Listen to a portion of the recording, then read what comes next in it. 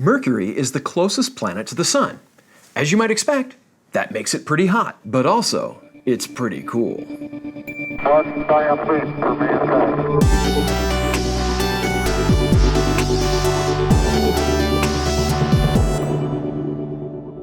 There are 7 naked-eye solar system objects in the sky: Mercury, Venus, Mars, Jupiter, Saturn, the Sun, and the Moon.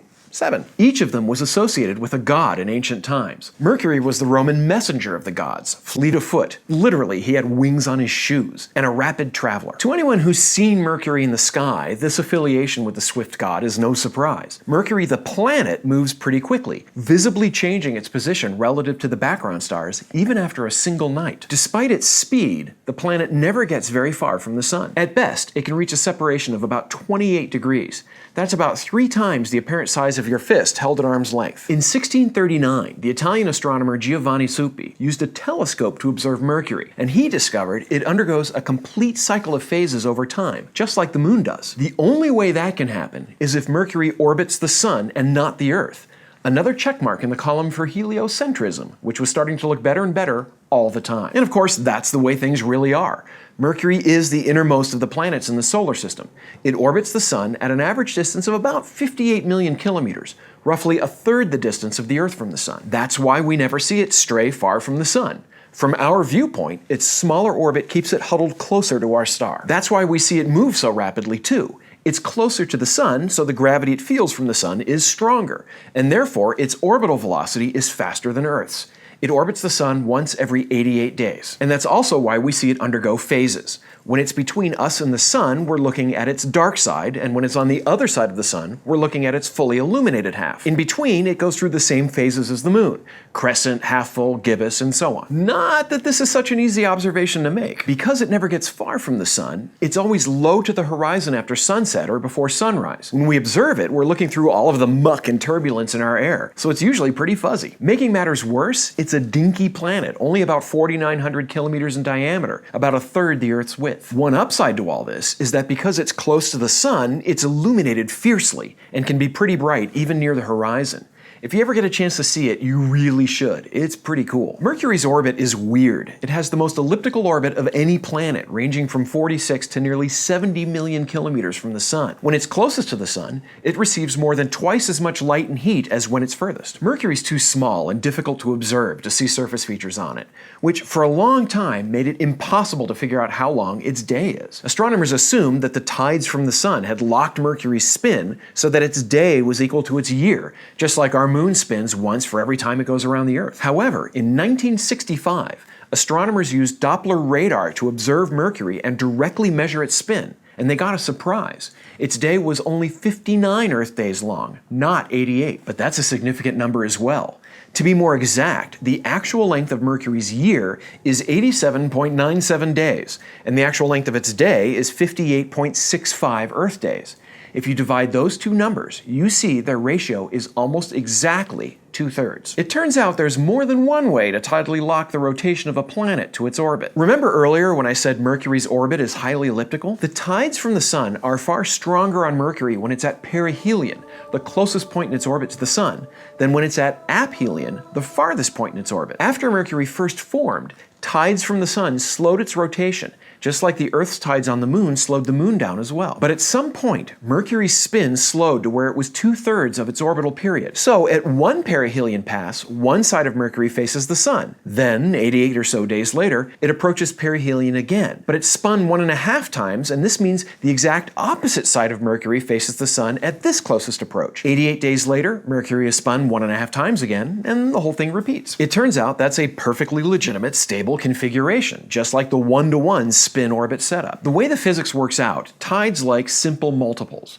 Once the day became 2/3 the period of the year, forced by Mercury's elliptical orbit, the tides stopped slowing it, and things have been that way ever since. Mercury's elliptical orbit, together with the 2-to-3 spin-to-orbit ratio, make for a very, very weird day on Mercury. If you stay in one spot, it takes the Sun 2 Mercury years, 176 days, for the Sun to go around the sky once. That's because if you're on the side of Mercury facing the Sun at one perihelion, the other side will face it 1 year later. It'll only be after the second year ends that you're facing the Sun again. But it gets weirder. Mercury's spin is constant. It doesn't speed up or slow down. However, its motion around the Sun is faster at perihelion than aphelion. At aphelion, Mercury's spin is a bit faster than its orbital speed, so the Sun moves rapidly westward across the sky. But at perihelion, Mercury's motion around the Sun actually more than compensates for its spin, so the Sun appears to stop in the sky and actually move backwards for a few days. Then, as Mercury pulls away from the Sun, its orbital velocity slows down, and the Sun starts to move west once again as the planet's rotation dominates. If you're at just the right spot on the planet's surface, this means you could actually watch the Sun rise, slow, stop, set again, then rise again. And you think time zones on the Earth are a pain. Mercury's hard to observe from Earth, and much of what we know about it is due to observations from space probes sent there. Mariner 10 made 3 flybys of Mercury in the 1970s and mapped about half the surface. We learned that it had almost no atmosphere and was therefore unsurprisingly covered in craters. In 2011, the Messenger probe entered orbit around Mercury after making a series of close flybys. The pictures it returned were breathtaking and revealed a world that has seen a lot of pummeling over the eons. It's covered in craters, pole to pole, some hundreds of kilometers in diameter. The largest is called Caloris Basin, a whopping huge impact feature 1,600 kilometers across. There are some smoother plains on the planet's surface too, which appear to be older than the cratered regions. These plains are covered in cracks called rupes. These are compression folds, like wrinkles on a fruit rind that's dried out. Apparently, as Mercury's interior cooled after it formed, the planet shrank and the crust cracked as it tried to shrink as well. Several of the craters have extensive ray systems. Like on our moon, these are formed when impacts fling out long plumes of material that then settle down on the surface. One of my favorite things of all about Mercury, craters are named after artists. Musicians, writers, painters, and more. So we have craters like Botticelli, Chekhov, Debussy, Degas, Occhio, Sibelius, Vivaldi, and Zola.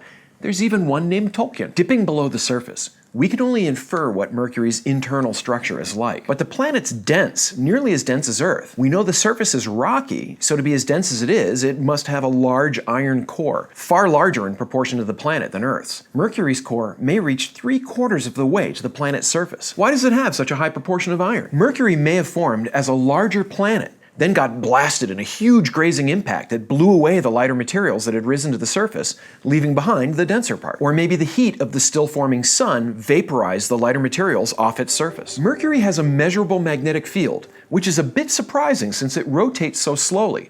Rotation plays a big part in the Sun's and Earth's magnetic fields. But that fits with so much of its interior being molten iron. The bigger core may allow for a stronger field despite its slow spin. It doesn't have much of an atmosphere, but there is a trace of one, mostly due to its magnetic field trapping the solar wind and to material flung up from the surface after violent impacts from comets and asteroids. A lot of this material blown off the surface escapes the planet and gets blown away by the solar wind and pressure from sunlight. It forms a long comet-like tail that is tens of millions of kilometers long. This tail is comprised of elements like sodium, calcium, and magnesium, material that's known to be abundant on the surface. Speaking of which, here's a fun fact. Pound for pound, impacts on Mercury are more violent than they are on Earth. Mercury has weaker gravity, so it doesn't pull in impactors as hard as the Earth does. But it orbits the Sun far faster than Earth does, so asteroids and comets tend to hit at higher velocity. That makes the explosive energy higher, making craters bigger. And there's one more surprise Mercury has, and it's really surprising. Despite being so close to the Sun and having a surface temperature that can reach 430 degrees Celsius, 800 degrees Fahrenheit, astronomers have found water ice on Mercury. It exists in the bottoms of deep craters near Mercury's poles where sunlight never reaches. These are called cold traps, and temperatures there don't get above minus 170 degrees Celsius. It's not known for sure where the water comes from, but it's likely to be from comets and asteroids that impacted the planet, scattering the water across the surface. Of course, in the harsh heat, that water just goes and goes away. But in those deep craters, it can persist, accumulating over the eons. There may be billions of tons of it there. It's bizarre to think that in one of the hottest places in the solar system, there can be conditions so cold, ice can exist. But one thing we've learned about nature over and over again, it has a lot more imagination than we do. Today you learned that Mercury is the closest planet to the Sun. It's airless and dense and is covered with craters. Its rotation is locked to its orbit in a 2:3 ratio, and together with its elliptical orbit makes a day on Mercury very long and very weird. And despite being very hot, there's actually water ice in deep craters at its poles. Crash Course Astronomy is produced in association with PBS Digital Studios. Head to their channel to discover more awesome videos. This episode was written by me, Phil Plait. The script was edited by Blake DiPastino, and our consultant is Dr. Michelle Thaler. It was directed by Nicholas Jenkins, edited by Nicole Sweeney, and the graphics team is Thought Cafe.